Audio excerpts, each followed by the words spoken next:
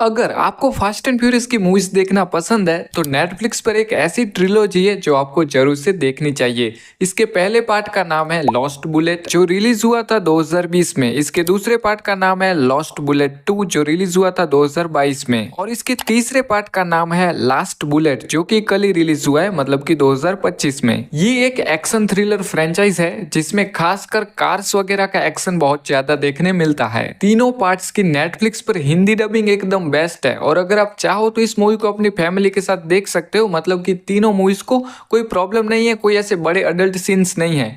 लेकिन जो हमें टिपिकल हॉलीवुड की मूवीज में देखने मिलते हैं किसिंग वगैरह, तो ऐसे थोड़े बहुत सीन है तो आप अपने हिसाब से देख लेना। बाकी तीनों मूवीज का रन टाइम बहुत ज्यादा नहीं है, 2 घंटे के अंदर ही है, जो कि एक बेस्ट बात है। और इसकी पूरी कहानी को समझने के लिए इसके इन तीनों पार्ट्स को देखना बहुत ही ज्यादा जरूरी है क्योंकि सब कुछ एक दूसरे से कनेक्टेड है। एंड बहुत दिनों के बाद 3 मूवीज मैंने एक साथ देखी, मतलब कि एक दिन में देखी। तो हुआ यूं कि आज सुबह को जब मुझे पता चला कि नेटफ्लिक्स पर एक मूवी रिलीज हुई है जिसका नाम है लास्ट बुलेट, तो मैंने इसको तुरंत ही देखना स्टार्ट कर दिया। लेकिन करीब 10-15 मिनट के बाद इस मूवी का इंट्रो आया जहां पर मुझे पता चला कि ये दरअसल तीसरा पार्ट है। मतलब कि इस मूवी से पहले 2 और इसके पार्ट्स हैं। तो फिर मुझे लगा कि यार मैं सीधा तो तीसरा नहीं देखने वाला क्योंकि मुझे पूरी स्टोरी अच्छे से समझनी है। तो फिर मैंने वो जो पहले के 2 पार्ट्स थे वो देखे और फिर ये तीसरा देखा। और ये मिस्टेक शायद आपसे भी हो सकती है क्योंकि इसका जो तीसरा पार्ट है उसके पीछे 3 या फिर चैप्टर 3 ऐसा कुछ भी नहीं लिखा हुआ है। तो हमें कैसे पता चलेगा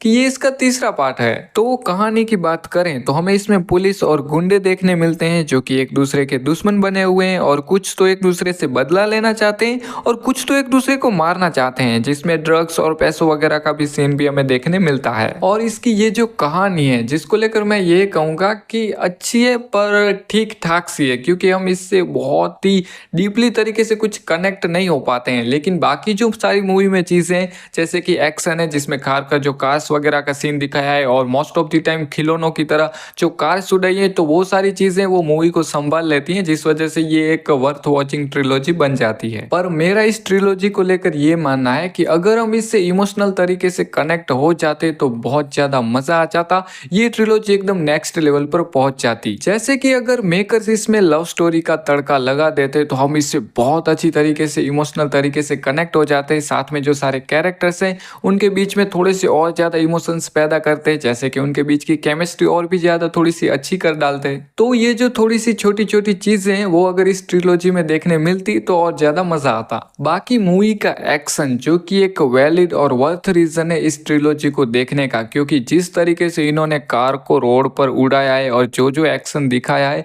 पूरा, मतलब ऐसा लगता है कि जैसे कोई गेम चल रही है या फिर सब कुछ खिलौनों की तरह उड़ रहा है। और जब ऐसी सारी चीजें मूवीज में देखने मिलती हैं जैसे कि खासकर कार्स वाला एक्शन, तो सबसे पहले हमें फास्ट एंड फ्यूरियस याद आती है क्योंकि वो इसमें सबसे टॉप पर है। और उसी हिसाब से अगर मैं इस मूवी की बात करूं तो आप समझ लो ये मूवी यहाँ पर है और जो फास्ट एंड फ्यूरियस है वो एकदम ऊपर सबसे टॉप पर है। तो उस हिसाब से मैं यही कहना चाहता हूँ कि एक्सपेक्टेशन आप रखो कि हमें ऐसा कुछ देखने मिलेगा जैसा फास्ट एंड फ्यूरियस में देखने मिला था, लेकिन वैसा सेम नहीं और वही एक्सपेक्टेशन मत रखना वरना आप डिसअपॉइंट हो सकते हो। बाकी प्रोडक्शन क्वालिटी और परफॉर्मेंस सबका बेस्ट है और इस ओवरऑल ट्रिलॉजी को अगर मुझे रेट करना हो तो मैं 7 आउट ऑफ 10 की रेटिंग देना पसंद करूंगा। लेकिन अगर सिर्फ कार एक्शन की बात करें तो वो मुझे थोड़ा सा और ज्यादा अच्छा लगा, लेकिन बाकी जो मूवी में कुछ चीजें होनी चाहिए थी वो नहीं थी, इस वजह से मैं 7 रेटिंग दे रहा हूँ। तो अगर आपको कार एक्शन देखना पसंद है तो जरूर से इस ट्रिलॉजी को देखो, ये आपको कहीं पर भी डिसअपॉइंट नहीं करेगी, आपको बहुत ज्यादा पसंद आएगी। लेकिन हो सके तो बहुत ज्यादा एक्सपेक्टेशन मत रखना